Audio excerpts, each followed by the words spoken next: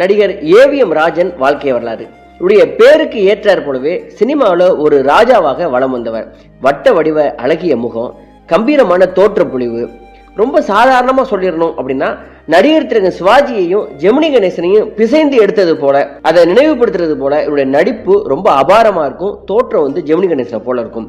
நல்ல குரல் வளம், ஏற்ற இறக்க உச்சரிப்பு அப்படின்னு இவர் சினிமாவில் வெகு சீக்கிரத்திலேயே புகழோட உச்சியில போய் அமர்ந்தார். தமிழக தாய்மார்களால ரொம்ப வரவேற்கப்பட்ட நடிகர் தான் சொல்லணும். நிறைய ஆன்மீக படங்கள்ல நடித்திருக்கிறார்.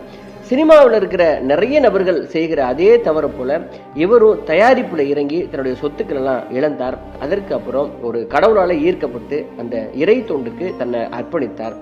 இந்த ஏவிஎம் ராஜன் யாரு, அவருடைய குடும்ப பின்னணி என்ன, இவர் சினிமாவுக்குள்ள வந்தது எப்படி, சினிமாவில் சாதித்த சாதனை, இவருடைய பிற்கால வாழ்க்கை எப்படி இருந்தது அப்படின்னு ஏவிஎம் ராஜனுடைய வாழ்க்கையில நிறைய சுவாரஸ்யமான பக்கங்கள் நிறைந்து கிடக்கிறது. அவை எல்லாவற்றையும் நம்ம பார்க்கலாம். இது RS ராஜா டாக்கீஸ். இதுவரை இந்த சேனலை நீங்க சப்ஸ்கிரைப் பண்ணலாம், சப்ஸ்கிரைப் பண்ணிட்டு ஒரு லைக்கையும் போட்டுவாங்க. ஏவிஎம் ராஜன் அவருடைய நிஜ பெயர் சண்முக சுந்தரம். இவர் 1935 ஜூலை 26 அன்று புதுக்கோட்டையில பிறந்தார். மெட்ராஸ் யூனிவர்சிட்டியில கணக்கில் பட்டம் பெற்றிருக்கிறார். இவருடைய பெற்றோர் இவரை காவல் அதிகாரியாக பார்க்க ஆசைப்பட்டிருக்கிறாங்க. தேர்வு எழுத மெட்ராஸ் வந்த ஏவிஎம் ராஜன் தேர்வுக்கு தகுதி பெறவில்லையா. இவர் கிண்டி ராஜ்பவன்ல வேலையை பார்த்த போது அங்கு கிடைத்த சம்பளம் இவருடைய குடும்பத்தை ஓட்டுவதற்கு போதவில்லை அப்படிங்கிற காரணம் தான் சினிமாவுக்கான முயற்சியை எடுக்க வைத்திருக்கிறது. இவருடைய காவல்துறை அதிகாரியாக வர வேணும் அப்படிங்கிற ஆசை ஏன் தடைபட்டிருக்கு அப்படின்னா, அவர் படிக்கிற போது ஏற்பட்ட ஒரு விபத்துல ராஜனின் ஒரு கை எலும்பு முறிந்திருக்கிறது. அதனால அவரது ஆசை நிராசையானது. தொடர்ந்து தான் BA கணிதம் படித்தார். சென்னை கிண்டி கவர்னர் மாளிகையில வேலை கிடைத்திருக்கிறது. அந்த சம்பளம் பற்றாக்குறையாக இருந்திருக்கிறது. தனது தந்தையின் நண்பர் பாடலாசிரியர் கூசா கிருஷ்ணமூர்த்தியை இவர் தேடி போயிருக்கிறார். இரத்த கண்ணீர் படத்துல இடம்பெற்ற குற்றம் புரிந்தவன் வாழ்விலே அப்படிங்கிற பாடலையும், தை பிறந்தால் வழி பிறக்கும் அப்படிங்கிற படத்தில் வரும் எளியோரை தாழ்த்தி என்ற பாடலும் உட்பட பல பாடல்களை எழுதியுள்ள கவிஞர் தான் அவர். திரைத்துறையில நடிகராக முயற்சி செய்ய அவர் சொல்லியிருக்கிறார். நீ பார்க்கறது ரொம்ப அழகா இருக்க, அதனால நீ நடிகராக ட்ரை பண்ணு அப்படின்னு. அதனால தானே அதற்கான வாய்ப்பையும் போகிற இடமெல்லாம் தேடவும் ஆரம்பித்திருக்கிறார். அதன்படி 1957 வெளியான சிவகங்கை சீமை அப்படிங்கிற படத்துல சில காட்சிகள்ல தோன்றினார் ஏவிஎம் ராஜன். படம் மாபெரும் வெற்றி பெற்றது. ஆனா காட்சிகளோட நீளம் கருதி ராஜனின் காட்சிகள் மட்டும்தான் வெட்டப்பட்டது அப்படிங்கிறது சோகம். தான் பாடலாசிரியராகவும் திரைப்படத்துல ராஜனுக்கும் வாய்ப்பு தேடி கொடுத்தார் அந்த பெருந்தன்மை கொண்ட கவிஞர். பிரபல நகைச்சுவை நடிகர் TS துரைராஜ் தயாரிப்பு மற்றும் இயக்கத்தில் வெளியான 1000 காலத்து பயிர் அப்படிங்கிற படத்துல இவர் அறிமுகமாயிருக்கிறார். ஏவிஎம் நிறுவனத்துல மாத சம்பள கலைஞராக இணைந்திருக்கிறார். ஆரம்பத்துல 100 ரூபாயில ஆரம்பித்த இவரது மாத சம்பளம் 250 ரூபாயாக உயர்ந்திருக்கிறது. இது ராஜனுக்கு மகிழ்ச்சியை தந்திருக்கிறது. 1963 ஏவிஎம்மின் AC திருலோகச்சந்திரன் இயக்கத்தில் வெளியான நானும் ஒரு பெண் இந்த படத்தின் மூலம் தான் ஹேண்ட்ஸம் ஹீரோவாக மாறினார். இந்த படத்தின் மூலம் ராஜன் என்று அறிமுகமானவர் அடுத்தடுத்த படங்கள்ல ஏவிஎம் ராஜன் ஆயிருக்கிறார். இவரது நடிப்பு ரசிகர்கள் மத்தியில பெரும் வரவேற்பு பெற்றிருக்கிறது. எம்ஜிஆருடன் நவரத்னம், சிவாஜியுடன் பார் மகளே பார், ஆண்டவன் கட்டளை, பச்சை விளக்கு, தில்லானா மோகனம்பாள், கலாட்டா கல்யாணம், சிவகாமியின் செல்வன், மனிதரில் மாணிக்கம் மற்றும் SSRுடன் அல்லி, MR ராதாவுடன் எங்க வீட்டு பெண், ஜெமினி கணேசுடன் வீர அபிமன்யு, பந்தயம், திருமகள், K பாலச்சந்திரன் மேஜர் சந்திரகாந்த், முத்துராமருடன் கொடிமலர், சந்திரபாபுவுடன் தட்டுங்கள் திறக்கப்படும், PR பந்துருவின் நம்ம வீட்டு லட்சுமி, சோவுடன் மனம் ஒரு குரங்கு, ஜெய்சங்கருடன் ஜீவனாம்சம், ரஜினியுடன் தாய் மீது சத்தியம், பில்லா, தீ போன்ற படங்களில் நடித்து தனக்கென்று ஒரு தனி முத்திரையையும் பதித்தார் ஏவிஎம் ராஜன். துளசி மாடம், சித்ராங்கி, என்னதான் முடிவு, கற்பூரம், சக்கரம், பூவும் பொட்டும், அன்னையும் பிதாவும், அனாதை ஆனந்தன், தரிசனம், புகுந்த வீடு, மணிப்பயல், துலாபாரம், மகனுக்காக ஆகிய படங்கள் இவரது மாபெரும் நடிப்புக்கு எடுத்துக்காட்டாக விளங்கிய படங்கள்னு சொல்லலாம்.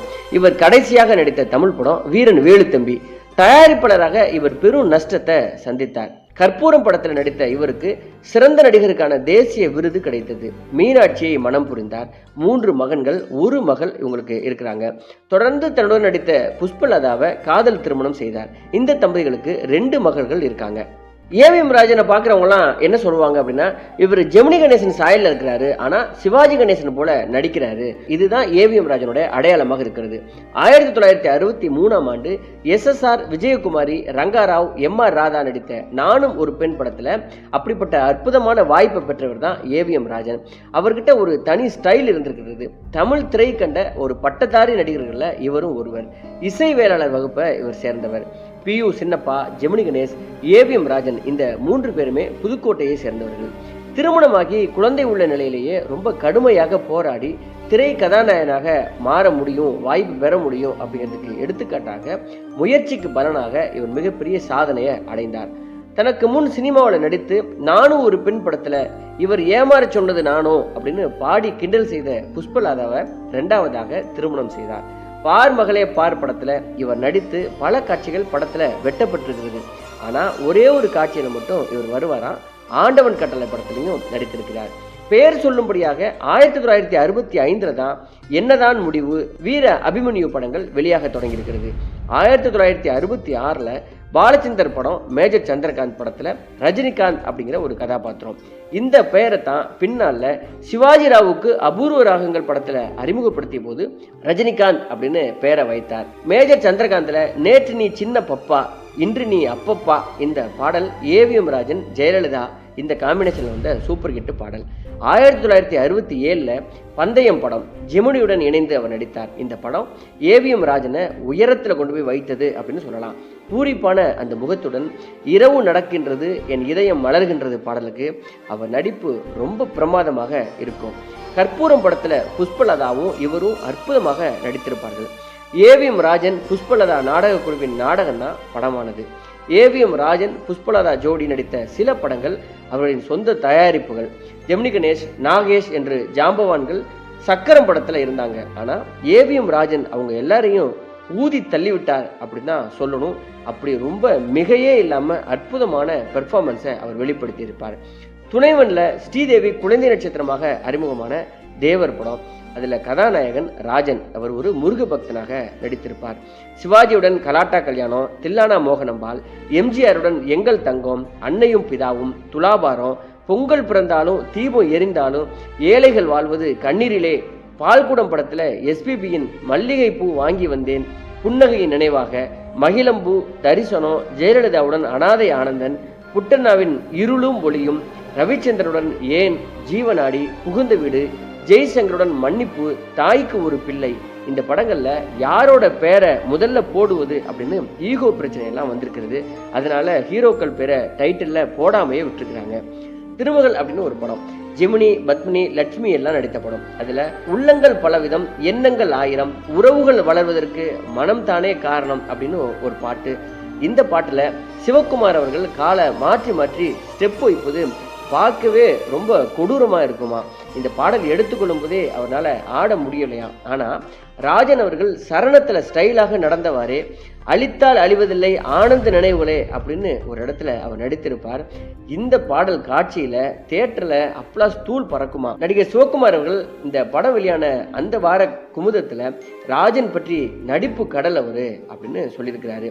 மதுரை மிட்லண்ட் தியேட்டர்ல சக்கரம் படத்துல ராஜனின் நடிப்பை கண்டு ஒரு பரவசமான அப்பாவி தரை ரசிகர் செத்தாண்டா சிவாஜி கணேசன், இவங்கிட்ட சிவாஜி பிச்சை வாங்கணும்டா அப்படின்னு உணர்ச்சி வசப்பட்டு கூப்பாடு போட்டாராம். படம் பார்த்து கொண்டிருந்த சிவாஜி ரசிகர்கள் அவரை பதம் பார்த்து அனுப்பி வைத்ததெல்லாம் வேறு கதை. இதெல்லாம் எதுக்காக இங்க பதிவு பண்றேன் அப்படின்னா, அந்த காலகட்டத்தில் சிவாஜிக்கு சரி சமமாக இவர் நடித்து பெயர் எடுத்திருக்கிறார். ஒரு படப்பிடிப்பில் ஏவிஎம் ராஜனை கன்னத்தில் அறைந்த ஒரு சம்பவம் நடந்திருக்கிறது. அதை தொடர்ந்து சிவாஜி அந்த சம்பவத்துக்குள்ள இணைந்திருக்கிறார். அது என்ன சம்பவம் அப்படின்னா, புகுந்த வீடு முதலான படங்கள் எடுத்த சுப்பிரமணிய ரெட்டியார் ஒரு படப்பிடிப்பில் ஏற்பட்ட தகராறுல ஏவிஎம் ராஜனை கன்னத்துல ஓங்கி அறைந்திருக்கிறார். உடனே ராஜன் செட்டை விட்டு வெளியேறி பக்கத்து செட்டில் நடித்து கொண்டிருந்த சிவாஜி கணேசனுடன் ஓடி வந்து ரெட்டியார் என்ன அடிச்சு விட்டார்னே அப்படின்னு சொல்லி அழுதுருக்கிறாரு.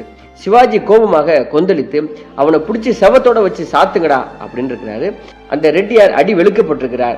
சிவாஜியுடன் மீண்டும் சிவகாமியின் செல்வன், ரோஜாவின் ராஜா, சக்கரம் படத்தின் வெற்றி, இவருக்கு அதே மாதிரி போலீஸ் விரட்டுகிற சப்ஜெக்ட் உள்ள பல படங்கள்ல தள்ளி விட்டதோ அப்படின்னு நினைக்க தோன்றுகிறது. இப்படி இவர் போலீஸ்க்கு பயந்து பயந்தே ஓடி ஓடி மார்க்கெட்டிலிருந்து ஒளிந்தே போயிருக்கிறார்.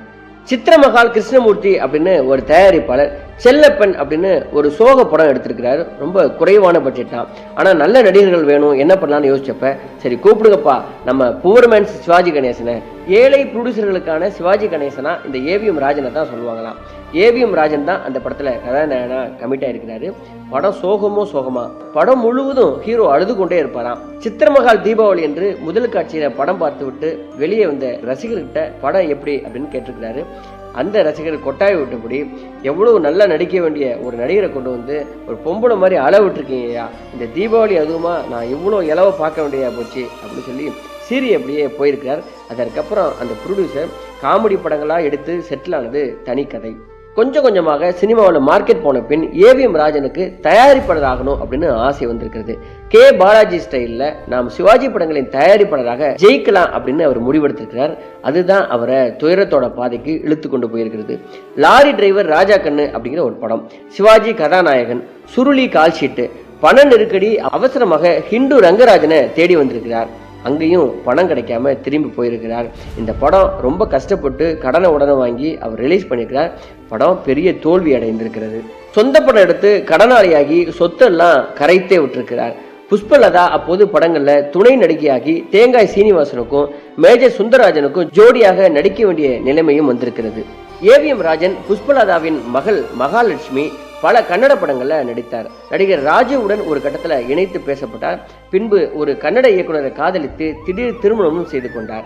இதுவும் ஏவிஎம் ராஜனையும் புஷ்பலதாவையும் ரொம்ப பாதித்ததா. ஏவிஎம் ராஜன் நடிப்பில் வந்த மிகச்சிறந்த படங்கள் எங்கள் தங்கம், தில்லானா மோகனம்பாள், மேஜர் சந்திரகாந்த், புகுந்த வீடு, சிவகாமையின் செல்வன், தீ, சக்கரம், தெய்வம், மணிப்பயல், எங்க வீட்டு பெண், கலாட்டா கல்யாணம், இருளும் ஒளியும், சக்தி லீலை, திருவருள், துணைவன். நடிகர் ஏவிஎம் ராஜன் அவர்கள் 1984 வருடம் முழு நேர கிறிஸ்தவ மத போதகராக மாறினார். அதன் பின்னர் திரைப்படங்களை நடிப்பதை நிறுத்திவிட்டார். ஏவிஎம் ராஜன் அவர்கள் ஒரு காவல்துறை அதிகாரியா தான் ஆகணும்னு வாழ்க்கையில் ஆசைப்பட்டார். அது கிடைக்காததுனால ராஜ்பவன்ல கிடைத்த வேலையில போதிய வருமானம் இல்லை அப்படிங்கிறதுனால ஒரு நடிகராக மாறினார்.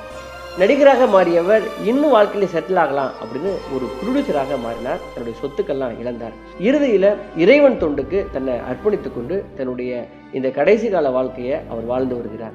இதுவே நடிகர் ஏவிஎம் ராஜன் அவருடைய வாழ்க்கை வரலாறு. நன்றி, வணக்கம்.